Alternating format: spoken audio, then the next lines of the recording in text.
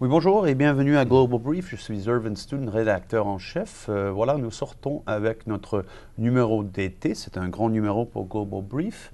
Et je suis là dans le studio de Global Brief à Toronto avec le rédacteur adjoint de Global Brief, le professeur Michael Berczycki, qui est en même temps directeur des études supérieures à l'École des affaires publiques et internationales de Glendon. Michael, bonjour. Bonjour Evelyn. Michael, tu as un grand article dans ce numéro de Global Brief qui traite de le 20e anniversaire, effectivement, de la déclaration d'indépendance de la Bosnie-Herzégovine. Et pourquoi parles-tu justement de ce thème-là dans ce numéro? Oui, on vient de célébrer le 20e anniversaire et j'essaye de suggérer dans cet article que cette intervention, parce qu'il y avait une intervention de plusieurs puissances étrangères, si on veut, cette intervention a influencé la façon qu'on est allé intervenir par la suite dans d'autres crises. Donc on est dans une période de l'après-guerre froide, début des années 90, il y a plusieurs nouveaux facteurs qui nous affectent, nouveaux facteurs internationaux. Et l'intervention en Bosnie-Herzégovine, je propose allait influencer la façon qu'on allait intervenir ailleurs. Michael, tu fais la comparaison entre la doctrine de l'époque de l'intervention extérieure dans le conflit yougoslave et la doctrine actuelle, qui est embryonique, de la responsabilité de protéger, que prend d'ailleurs Lloyd Axworthy, qui est aussi dans ce numéro de Global Brief. Quelles leçons avons-nous à tirer de l'évolution de la doctrine? Et c'est le nouveau contexte dont je parlais, c'est qu'on est à la fin de la guerre froide. D'une certaine façon, pour plusieurs personnes, c'est le système capitaliste ou la démocratie libérale qui a gagné cette lutte, si on veut, cette guerre entre guillemets. Et on commence à intervenir dans des endroits où il y a des problèmes. Et on commence à parler des questions d'intervention humanitaire, différentes formes d'intervention. Donc pour moi, c'est le début d'une réflexion réelle et pratique sur les interventions. Et ça allait aboutir une dizaine d'années plus tard au concept de responsabilité de protéger. Donc c'est pour ça que c'est important pour moi, c'est le début de ces réflexions. Et les leçons, selon moi, sont des leçons de prudence. On devrait faire attention comment on intervient. Je pense que ce sera nécessaire d'intervenir.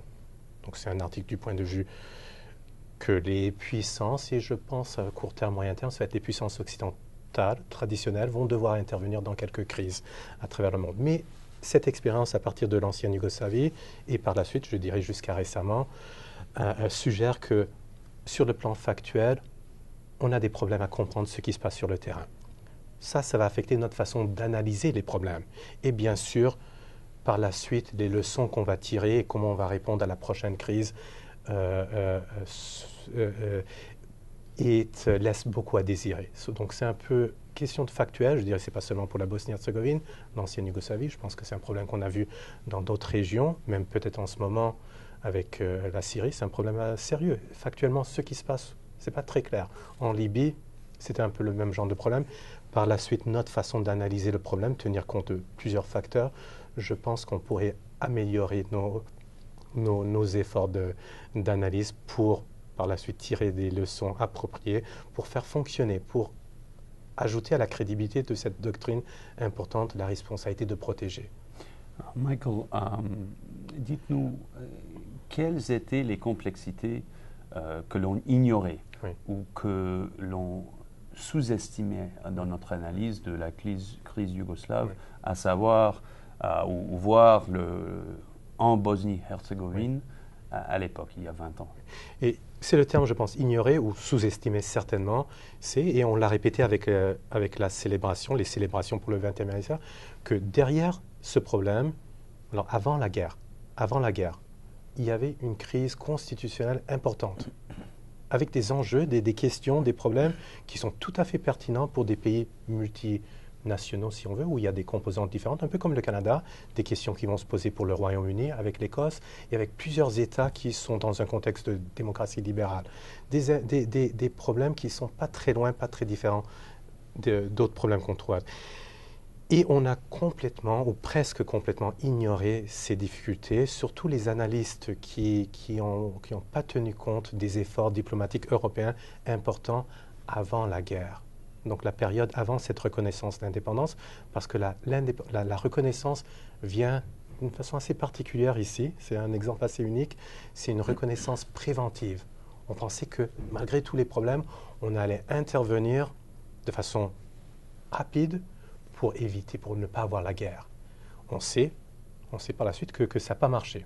Donc on a une réflexion, je pense, assez importante pour comprendre pourquoi ça n'a pas marché. Et je suggère, c'est qu'on a pas mal des analystes et même des décideurs, par la suite, n'ont pas compris le problème constitutionnel, qui était assez simple au fond. On a 3 groupes en Bosnie-Herzégovine, des groupes qui s'identifient par leur appartenance nationale.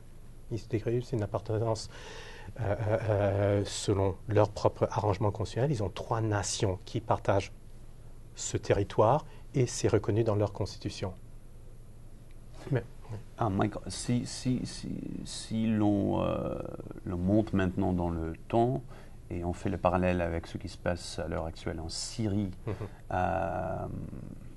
qu'est-ce qu'on devrait constater ? Qu'est-ce qu'on devrait prendre en considération, vu votre article, vos interventions, afin de conclure que faire? Il faudrait, je pense, et c'est bien sûr c'est difficile toujours de commenter sur une crise actuelle, mais je pense qu'il faut être prudent par rapport à nos analyses concernant les différentes factions.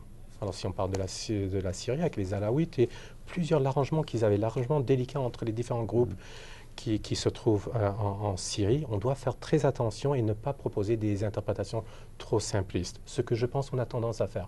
Donc juste placer 2 camps, il y a le côté gouvernemental avec l'opposition, les rebelles, les révolutionnaires si on veut, c'est assez simpliste. Il faut penser au-delà, quelles sont les alliances historiquement et dans certains contexte, je pense que les alliances qui sont possibles ou pas possibles sont peut-être pas les mêmes. Il faut faire attention, mais il faut bien comprendre les différents groupes impliqués dans ce que je suis pas sûr qu'on fait toujours. Mais dernière question, Michael, c'est très intéressant. Quelle est la situation, la conjoncture actuelle en Bosnie-Herzégovine maintenant, voilà 20 ans après la déclaration d'indépendance? Est-ce que ça va bien? Est-ce que c'est toujours précaire? Est-ce que l'avenir est prometteur? Je pense pour ceux qui s'intéressent à la question, parce que ça c'est l'autre risque, on intervient et on oublie l'endroit. Voilà. Ça c'est un risque, et bien sûr ça va affecter la légitimité du concept même, de responsabilité de protéger. Excusez-moi. Mais je pense que la personne qui s'intéresse toujours à ce qui se passe va constater qu'on n'a pas avancé énormément depuis cette crise constitutionnelle avant la guerre. On est même les solutions, même Dayton, qui était le plan de paix par la suite, reprenait les discussions diplomatiques avant la guerre. Sauf que la différence, bien sûr, pour Dayton, c'est qu'il y a eu 3 ans de guerre qui viennent affecter la dynamique et la bonne volonté de chaque partie, évidemment. Donc on est dans le même genre de dynamique conflictuelle, 3 nations qui ne s'entendent pas forcément sur les enjeux fondamentaux de cette entité, qui est un petit peu ambiguë.